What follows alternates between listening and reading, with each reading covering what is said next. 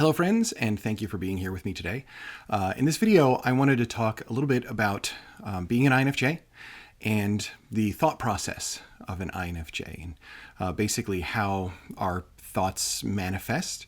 I'm going to get a little bit into cognitive functions, and I'm going to do all of this with you can notice I'm in a different spot than I normally am. I'm going to illustrate the INFJ thought process with Play-Doh and a spoon. Don't worry about the spoon. This is just, my coffee's pretty strong. That's what that comes down to. Play-Doh and a spoon, and no, I'm not going to eat it. But we're going to go ahead and get into some cognitive theory, and hopefully something today gives you a little bit of a boost. I want you to think a little bit differently about, or give you some perspective on how your brain works as a sweet INFJ. So, let's do this, right? Roll the intro.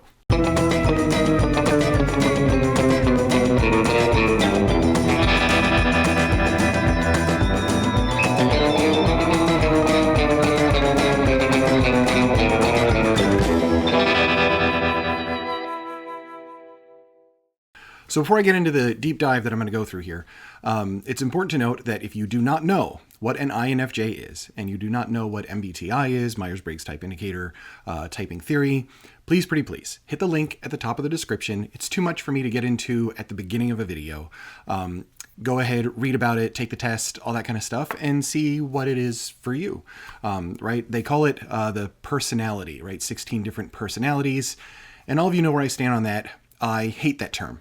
I truly hate it because it is not a personality. Personality is you as an individual, though you definitely share personality traits in common with other types, but this is more of a cognitive processing thing. Cognitive processing thing, maybe? So as an INFJ, you have four functions, primarily in your function stack. I'm not getting into shadow functions and that whole thing, but four primary functions, right? Your dominant function is internal intuition, right? We call that NI. And that is your main way of collecting data about the world that you are living in. Think of it that way. It's your data warehouse. It's your data collection service. It is subconscious, and it's kind of going on all the time. It's picking up on people's mannerisms, on events that have occurred, something that was in a past experience that reminds you of something currently. It's all these different things kind of going on and forming this big puzzle web thing in your subconscious brain. And that is how you absorb all of this information. And every once in a while, something pops out of that intuition and comes to the fore in your conscious mind. And that's how you get your ideas, and that's how you come to realizations, and that's how you live throughout the world, right? The second function in your cognitive function stack is external feeling. This is the one that gives you all the feels, right? This is basically other people's emotions, the harmony of a group, of family, of friends, of anybody that you just bump into and interact with at any moment.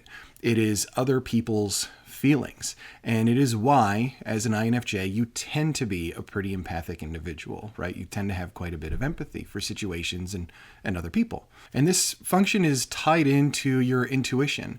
So you are collecting information about different things and people and places and all the sorts of stuff going on. And that external feeling is starting to say, hey, I wonder how this person feels and how this person feels. And something's weird, that person's a little off, or something along those lines. So it really does serve that primary function, and it's a strong one with INFJs. Third on your list is internal thinking. And internal thinking is basically logic. It's logical thought. And it's not the strongest function for us, which is why sometimes we can get carried away in our own heads and think of things and overanalyze or overthink things to a point where we just kind of destroy ourselves. But it's there, and it does allow us to apply logic to a situation. So we have our intuition hoovering up data. We have our external feeling saying, okay, how is everybody feeling with this situation? Or, how are these emotions of others? Like, how am I concerned with these? And then our internal thinking, which is our logic-based process, is what can I do to have more harmony? And what are the concrete steps that I can take? And let me think through my decisions. Last on our list is external sensing. And external sensing is one of our weaker functions. And basically, it's how we interact with the world. It's your five senses. And so it's that feeling of earth beneath bare feet. And how do we connect with that? It's what grounds us in reality, which is really important. So what I want to do is tell you a story and work with a little bit of Play-Doh to kind of describe how these functions, or a moment that I had where I realized all of these things tying together. And I'll try and leave them up on screen, perhaps somewhere, just to kind of highlight them as I go through this. So I had a dream a few nights ago, it was about a week ago, and the dream was about a monster. This wasn't like a bad dream, a nightmare, and it was actually like kind of a super cute monster. And it was just kind of a thing and a thought that I had. And at the same time, you know, I had interacted with a lot of you watching the channel and receiving suggestions. I'd like you to talk about this and talk about this. And a lot of you just saying, you know what, I just like your perspective on this stuff. So I'm like, you know, I need to make another video. I wasn't really sure what to make. How can I use this monster as an example of something to kind of get a point across and hopefully make you think? And so this was my intuition kind of going crazy. At least that's how I see it at this moment, where I'm kind of connecting things and thinking of things. I need to do a video. I'm getting feedback from these people on some different ideas. And I dreamt about a monster. How can I use that to connect these things together? My intuition's starting to take these puzzle pieces and move them around and look at this web and say, okay, how is this going to fit together? The next thought I had, of course, was just how is external feeling coming into play? You have to excuse me because I got to open up my Play-Doh. Was how is external feeling coming into play in this whole thing? And for me, a big reason that I have this channel in the first place is just to resonate with people and to hopefully help you. And so that is a perfect example of external feeling. It's that drive to improve another person, that drive to help them see something in a light that maybe they didn't think they could see it in, or just hopefully assist in some way. And I don't know, that's just me, I guess, trying to make the world a little bit of a better place. I'm not really sure. But your thoughts as viewers is something that is always on my mind, because I want you guys to be happy, and I want you guys to watch this channel and see the different things I do and hopefully find something that resonates with you, whatever it is and whatever kind of silly thing comes out of my mouth, or like Play-Doh or what have you. So this monster dream ended up engaging my intuition, right? My intuition is always working, I guess. And so this was kind of coming into play. And then that FE, that external feeling, starts going in. And how can I use what I'm thinking about to help the people that are watching? How can I do this in such a way that it assists you? Because all I've done so far is dream about some silly monster. Enter internal thinking. And what that did is it said, okay, logically, how can we put these pieces together? Because there are things that you want to talk about and things that you want to convey and discuss with everybody. And how do we get those? And in a logical fashion, when the camera is on and the microphone is on, how can you do this so people see it and that it makes sense and that they understand it? It was basically saying, how do we take these puzzle pieces that intuition has figured out and put them together in such a way that you guys will, that it'll resonate with you. I messed up my monster. No, smooth that out. And the last function on our cognitive function stack is that external sensing. And so to me, that's what I'm doing right now, right? I've got Play-Doh in my hands and I'm moving this stuff around, and it's the smell of it and the feel of it. I remember it from when I was a kid, messing around with all this kind of stuff. And these are the kind of sensations that are grounding me in reality and in the present moment, which is me talking to this camera and recording this video and hoping that it eventually makes some sense. So think about all of these things have tied together, right? We've got my intuition started speaking to me and saying, you know what, I saw this monster and you've been wanting to do a video, and how can you make this cute little monster into the subject of a video? My external feeling is saying, you know what, you need to do this in such a way and communicate it in such a way that it will actually help people. And that would be kind of important. And then my internal thinking is like, okay, how are we going to do this? First things first, you need Play-Doh. And you need a couple of different colors for your Play-Doh. And second thing is you need to make sure that you have quite the topic to talk about, which is, well, this ridiculous monster, and how this all ties together.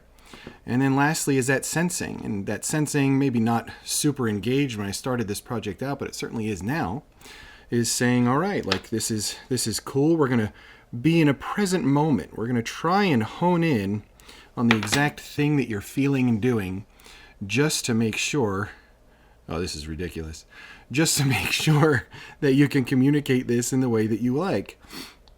So all of those things tie together, and that brings me to my current moment right here, where I'm going to reveal to you the monster that I was dreaming of, and then hopefully blow your mind a little bit with some thoughts about this. So here he is, right? This is not an exact representation of what was in my dream, but it's pretty darn close. Blah. And so this is a monster that I saw in my head. It was kind of like this little claymation monster, one eye a little bit bigger than the other, and looking just like that. So why is this guy important? And why does that have anything to do, why does thinking about a monster have anything to do with your cognitive functions, really? And I want you to think about it this way. All of these things tied together, right? My intuition was speaking to me about stuff. That external feeling, my desire to help you, kicked in. That internal thinking. And that how can I take this and logically turn it into something that is worthwhile for you? And then that sensing, which is, you know what, do it on the video. Don't make this monster beforehand. I didn't make him beforehand. Do it on the video while you're talking and make it an organic, present moment thing.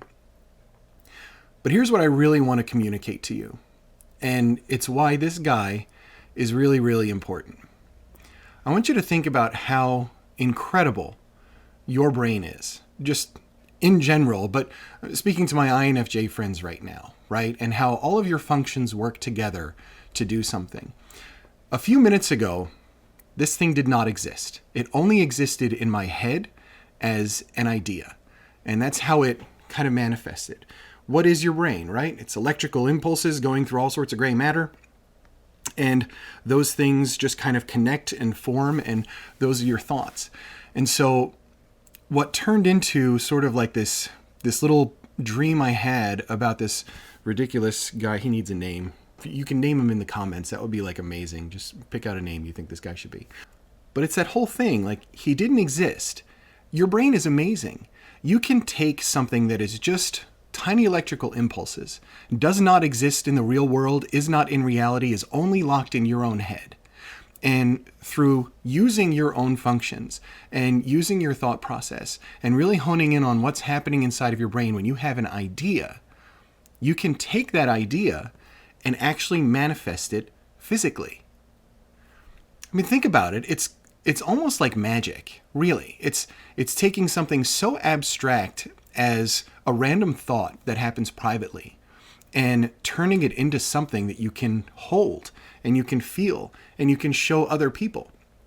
And thinking logically through this, using my TI, having a channel like this where I'm connecting with people all over the world, I had a little thought and a little dream about a little green monster. And now somebody in France is sitting there and looking at this. And hopefully this video is resonating with you. It's important to understand how powerful that is and how amazing you are that you can take these random thoughts that you have and produce them in the real world. And it doesn't just apply to clay monsters. I talk about it a lot because it's really important to me, but you guys know I'm writing a book, and that book started out with just a singular idea in my own head. And now, through all of my actions, I'm taking those words and those stories and those things that I see in my head, and I'm putting them out through my fingers, and I'm turning that into a manuscript. And at some point, I'm going to hold that book, and maybe many of you will hold it as well. And that's just evidence. I mean, any book that you hold is evidence of somebody having a thought and idea and manifesting it in the real world. I want you to think about where your hangups are with this process. What is it that you really, really want? And how do you use your own amazing gift of a brain to produce that and manifest it in the real world? And it could just be a goal, and it could be something physical. It could be anything, but you can do it. And so I really hope that this guy inspires you. and inspires you to think of yourself a little bit differently and to have a little bit more perspective about how powerful your thoughts are and what you can do with them. Bye. I'll see you guys later. Thank you so much for watching. I really appreciate you watching this video. And as always, I'm always happy to connect and talk to you. So please leave comments. I will interact with you. Find me on Facebook and Instagram and all that stuff. And if you like this video and you like this guy, give it a thumbs up, and maybe share it with somebody that you think needs a little perspective as well. And don't forget, put his name in the comments. I really want to know. I want to know what his name is. I want some suggestions. All right, so take care. Thank you, and I will catch you on the next video.